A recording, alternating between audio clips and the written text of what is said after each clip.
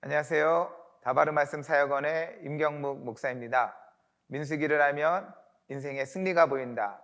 민수기는 신앙의 오답 노트입니다. 오늘은 제14강 민수기 9장 10장 말씀으로 제2차 신앙의 오리엔테이션 첫 번째 시간을 가질 수 있도록 하겠습니다. 제가 이 강의를 오늘 강의는 매우 중요한 강의로 그렇게 생각하고 그렇게 여깁니다. 아마 다른 어떤 곳에서도 오늘 강의 같은 내용을 찾아보기 힘들 정도로 오늘 다바르 말씀 사역원에서 민수기 말씀을 나누면서 중요하게 여기는 그러한 장이 바로 이 민수기 9장 10장의 말씀입니다. 제가 바라기는 9장 10장의 말씀은 한 강의로 나누어야 되는데 한 번의 강의로 가기에는 좀 분량적으로 너무 많고 또 두 번의 강의를 하기에는 또 적절하게 배분이 안 되고 해서 망설였는데 그래도 길게 가는 것보다 오늘 중요한 핵심적인 내용을 오늘 강의에서 일부분 이야기를 하고 다음 강의에서 짧게 다시 한번 반복할 수 있도록 그렇게 진행해 나가고자 합니다. 민수기 9장 10장의 말씀은 한마디로 얘기하면 최종 점검이에요. 최종 점검. 민수기 1장 1절로 10장 10절은 제1부가 되어지죠. 시내 산을 떠나기 전에 하나님께서 어떻게 이스라엘을 준비시키는가에 대해서 보여주고 우리들 가운데 교훈하는 내용이 1장 1절로 10장 10절까지의 말씀입니다. 그래서 1장에서 4장은 정체성이죠. 인구조사가 되고 정체성이 됩니다. 이래서 2장은 하나님의 군대, 3에서 4장은 하나님을 섬기는 자라고 하는 정체성을 보여주고 5장, 6장은 정결에 대한 말씀이죠. 정결, 공동체의 정결인 5장과 또 개인의 정결이라고 말할 수 있는 나실인 서원을 통한 6장의 말씀, 7장, 8장은 봉헌에 대한 말씀. 그래서 7장은 주의관의 봉헌, 8장은 레위인의 봉헌까지 함께 살펴보았습니다. 이제 9장, 10장은 최종 점검이고 다른 말로 하면 신앙의 제2차 오리엔테이션. 이 말이 좀 낯설죠. 이게 무슨 오리엔테이션인가? 그것은 조금 이따가 또 자세하게 설명할 수 있도록 그렇게 하겠습니다. 이 9장 10장에 먼저 9장 말씀은 두 번째 유월절에 대해서 말씀하시죠. 광야에서 지킨 두 번째 유월절. 특징적으로는 제2차 유월절, 정규 유월절 1월 14일이 아닌 2월 14일 날 지키게 되어지는 제2차 유월절에 관하여서 우리 가운데 소개해 줍니다. 출애굽기 말씀을 읽으면 출애굽기도 출애굽을 할 때 유월절을 지키고 유월절 말씀이 출애굽기 12장 말씀이죠. 유월절을 지키고 출애굽하듯이 이스라엘이 시내산을 떠나기 전에도 이제 유월절을 행하고 그 다음에 광야로 떠나는 그러한 모습을 보게 되어집니다. 이 2차 유월절은 왜 생기게 되어지냐면 정규 유월절을 지키지 못하는 사람이 생겨요. 시체로 말미암아 부정을 입은 사람들, 더럽힘을 받은 사람들이 정규 유월절을 지키지 못하니까 이에 대해서 불평하게 되어지고 이에 대한 새로운 방안으로서 제2차 유월절이 지키게 되어집니다. 우리가 계속 시간적인 순서와 그리고 신학적인 순서, 주제적인 순서에 대해서 함께 말씀을 나누었는데 7장의 말씀이 1장을 앞선다라고 하는 말씀을 함께 나누었죠. 7장의 주의관의 봉헌, 또 레위인의 봉헌은 인구조사가 되어지는 1장의 말씀보다 먼저 앞서요. 그래서 시간적으로 조금 배열을 한다라고 한다면 7장이 앞에 가 있고요. 7장이 앞에 가 있고 7, 8장이 앞에 가 있고 그 다음에 9장 말씀, 그 다음에 1장으로 돌아가는 그런 순서가 되어지겠죠. 그러나 이 1장 1절로 10장 10절 말씀은 민수기가 시간적인 흐름을 거대하게 이끌고 나아가면서도 그 가운데도 주제를 이야기하고 신학적인 교훈을 해주기 때문에 배열을 좀 바꾼 거예요. 하나님께서 우리들 가운데 시내산을 떠나기 전에 행하시는 바가 무엇입니까? 첫 번째로는 우리들의 정체성을 확인하게 하시고 두 번째로는 정결을 요구하시고 세 번째로는 헌신하게 하시고 이제 마지막 네 번째로는 최종 점검으로서 우리가 어떠한 준비가 이루어져야 되는가를 이 9장 10장의 말씀을 통하여 우리들 가운데 가르쳐 주시는 그러한 말씀이에요. 우리가 이와 같은 9장 10장의 말씀을 알기 위해서는 먼저 제 1차 오리엔테이션이라고 할 수 있는 출애굽기 13장의 말씀을 좀 이해해야 돼요. 여기가 어디서도 좀 듣지 못한 이야기를 제가 할 텐데, 그래서 뭐 이상한 얘기를 하는 것이 아니라 민수기를 좀 더 이해할 수 있도록 제가 2차 오리엔테이션이라고 하는 말씀을 드리는 것이에요. 시내산을 떠나기 이전에 먼저 이스라엘이 애굽을 떠났을 때로 돌아간다면, 애굽을 떠나기 전에 그들이 유월절을 행하죠. 출애굽기 12장이 유월절 말씀이에요. 그리고 13장에 신앙의 오리엔테이션이죠. 첫 번째 신앙의 오리엔테이션이에요.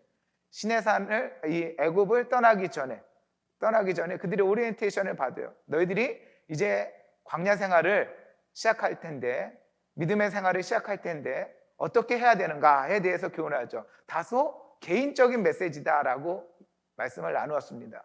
그러면서 이 13장에 첫 번째 신앙의 오리엔테이션을 하고, 그리고 14장에 홍해 도하가 실제적으로 이루어지게 되어집니다. 13장의 내용은 크게 세 가지예요. 출애굽기 13장의 내용은 크게 세 가지로, 첫 번째 무교절에 관한 규례, 두 번째는 초태생 규례, 세 번째는 불기둥과 구름 기둥에 대한 말씀이죠. 이 무교절에 대한 말씀은 죄를 멀리하라는 것이에요. 누룩을 멀리하라, 제하라라고 하는 말씀을 통하여 죄를 멀리하는 것이에요. 이것은 하나님과의 교제죠. 우리가 하나님과의 교제를 위해서는 죄를 멀리해야 돼요. 죄를 가까이 하고 더러움을 가까이 하고는 하나님과 교제할 수 없는 거예요. 그래서 이 무교절의 절기를 통하여 가르쳐 주고자 하는 것은 너희들이 이제는 하나님과 어떻게 교제해야 되는가를 알게 해주죠. 두 번째 초태생 규례는 첫 것을 하나님께 드리죠. 믿음의 생활을 시작하면서 우리들이 받는 교훈은 어떻게 하나님과 교제하는가, 또 어떻게 하나님을 섬기는가에 대해서 교훈을 받아요. 그래서 초태생 규례를 통하여 첫 것을 하나님 앞에 드림을 통하여 하나님을 섬기는 법을 배우죠. 마지막 불기둥과 구름기둥의 말씀은 성령의 인도함이죠. 이전에는 육신을 따라 살고 내 마음대로 살지만 신앙의 기본은 자기 부인이죠. 약에서만 그런 것이 아니라 구약에서도 마찬가지예요. 자기 부인이에요.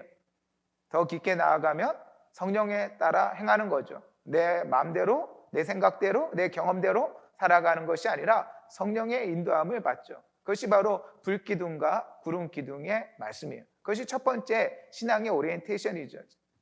출애굽기 13장의 내용이 출애굽기를 이해하는데 매우 중요한 장이에요.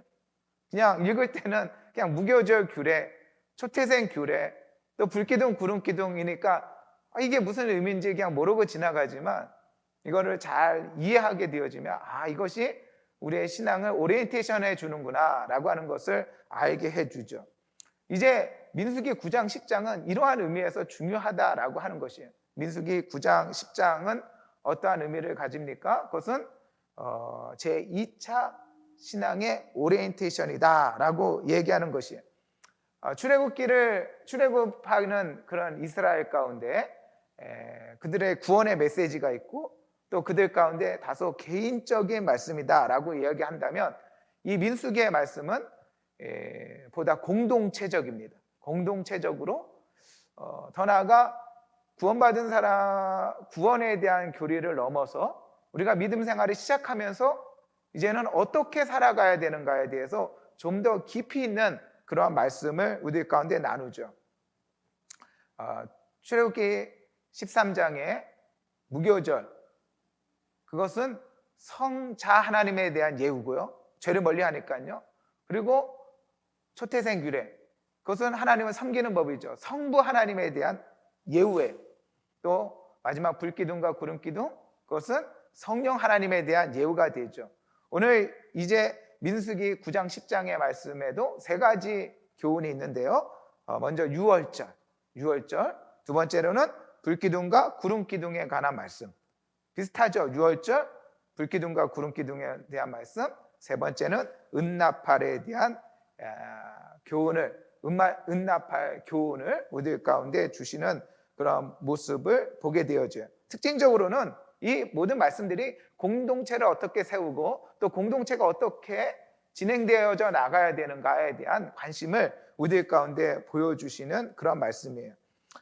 그래서 우리가 이제 이러한 말씀을 가지고 우리가 함께 살펴볼 텐데, 제2차 유월절이라고 하는 것도 단순하게 유월절에 대한 말씀으로 끝나는 것이 아니라 어떠한 말씀입니까? 몸을 어떻게 세워야 되는가, 소외된 사람들을 세워나가죠. 제2차 유월절을 통하여서 세워나가고, 그리고 공동체를 어떻게 세워나가는가에 대한 말씀이 바로 유월절에 대한 말씀, 또 은나팔에 대한 말씀, 그런 내용들이 앞으로 진행되어진다라고 하는 것을 우리가 살펴볼 수 있어요. 제3차 신앙의 오리엔테이션도 있는데요. 그것은 이 여호수아 5장의 말씀이에요. 여호수아 5장에 보면 그것이 제3차 신앙의 오리엔테이션인데, 내용은 할례, 또 유월절, 군대대장에 대한 이야기. 이것은 제가 좀 나중에 또 기회가 되는 대로 또 기대하시면서 여호수아 또 출간이 되어지면 그때 또 깊이 있는 내용을 함께 나눌 수 있는 그러한 기회가 있을 것이라 생각됩니다. 민수기 9장의 구조적인 이해를 조금 말씀드리면요, 먼저 하나님의 유월절 준수 명령이 5절까지 나오고요, 그 다음에 6절로 8절 말씀에 유월절을 지킬 수 없었던 사람들 이야기가 나오고, 그리고 9절로 13절 제2차 유월절 규례를 교훈하죠. 9장 14절 타국인의 유월절, 그리고 15절로 23절에 구름기둥과 불기둥에 대한 말씀이 이어져요. 오늘은 유월절에 대한 이야기만 조금 이야기하고 마무리 지을 수 있도록 하겠습니다. 제2차 유월절, 하나님의 명령이 있는 거죠. 유월절을 또 지켜야 되는 거죠. 해가 바뀌었으니까요. 출애굽했던 1월 14일 날 유월절을 행하고 출애굽을 하죠. 애굽을 떠나죠. 이제 1년이 지나서 두 번째 해, 출애굽 둘째 해, 첫째 달 14일 날 제 두 번째 유월절을 행하게 되어지는데, 그날에 당일에 유월절을 지킬 수 없었던 사람들이 와서 원망하는 거예요. 자기들이 시체로 말미암아 부정케 되어서 이 유월절을 지킬 수 없음이, 오늘날로 얘기하면 예배 드릴 수 없음이, 예배는 드리고 싶은데 예배를 드릴 수 없어요. 와서 원망하는 거예요. 불평하는 거예요. 우리도 참여하고 싶은데, 우리도 함께하고 싶은데 이 유월절을 행할 수 없다라고 하는 거죠. 우리가 민수기 5장에서 시체로 말미암아 부정케 된 사람들은 공동체에서 격리되었죠. 나병, 또 유출증, 유출병 환자, 시체로 말미암아 주검으로 말미암아 부정케 된 사람들, 공동체에서 격리되다 보니까 유월절을 지킬 수가 없는 것이죠. 이때 하나님께서 이들의 원망을, 불평을 들으시고 그 방안을 말씀하십니다. 우리들도 우리의 삶에 문제가 있어요. 이 문제를 우리가 혼자 안고 있는 것도 아니고 불평과 원망으로 사는 것이 아니라 하나님께 내어놓는다면 하나님께서 더 풍성하게, 더 좋은 길로 우리의 삶을 인도해 주실 것이다 라는 그러한 기대를 가집니다. 제2차 유월절이, 그래서 정규 유월절을 지키지 못하는 사람이 두 번째 제2차 유월절 2월 14일 날 새로운 방안이 생긴 거예요. 제2차 유월절을 지키게 되어지는데 어떠한 사람들입니까? 첫 번째로는 주검으로 부정케 된 사람. 아마 그 당시의 사람들에 해당될 것이에요. 그러나 문제는 그들만의 문제가 아니라 앞으로를 위해서도 어떠한 방안을 제시해요. 곧 어떠한 여행을 통하여서 유월절을 지킬 수 없었던, 여행을 떠난다라고 하는 것은 출애굽한 지금 시내산에 있는 그러한 대상들이 아닐 거예요. 왜냐하면 지금 그들이 무슨 여행을 해요. 여행 갈 수가 없는 그러한 상황이잖아요. 같이 지금 공동체 가운데 있는데 아마 미래적인 부분까지 또 땡겨서 교훈하고 계시는 것 같아요. 아무튼 이 여행으로 말미암아 유월절을 지킬 수 없었던 그러한 사람들은 선택에 의한 것이 아니라, 예배는 선택이 아니에요. 개인의 선택이 아니에요. 부득불 시체로 말미암아, 주검으로 말미암아 부정케 된 사람들, 또 부득불 여행으로 말미암아 참여할 수 없었던 사람들이 제2차 이 유월절에 참여하고 지킬 수 있었다라고 하는 것이에요. 우리들 가운데 귀한 교훈을 줘요. 예배는 선택하는 게 아니에요. 선택하는 게 아니에요. 부득불 할 수 없을 때 그 방안을 제시한 것이지 내가 임의대로 선택해서 나는 여기에 저기에 그렇게 선택하는 것이 아니다라고 하는 것이죠. 우리들 가운데 오늘날 이 시대 가운데도 귀한 그런 교훈을 주는 말씀이다 아니할 수 없습니다.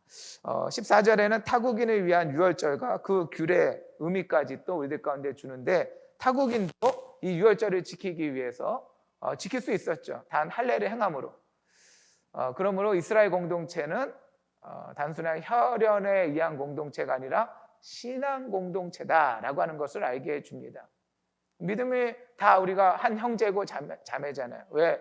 그리스도의 피로 말미암아 구원을 받은 어떠한 혈연적인 어떠한 유익을 따라 된 것이 아니라 믿음과 신앙 안에서 우리가 한 몸이 되어지고 하나가 되어진 신앙의 공동체다. 좀 어려운, 어떻게 낯선 오늘 그러한 강의일 수도 있는데요. 신앙의 제2차 오리엔테이션이라는 말 자체가 좀 낯설게 들리지만 우리 다음 강의를 통해서 조금 더 이 말씀을 한 번 더 나눈다면 조금 더 깊이 있게 이 말씀을 이해할 수 있으리라 그렇게 기대해 봅니다. 지금까지 제2차 신앙의 오리엔테이션 첫 번째 강의였습니다. 감사합니다.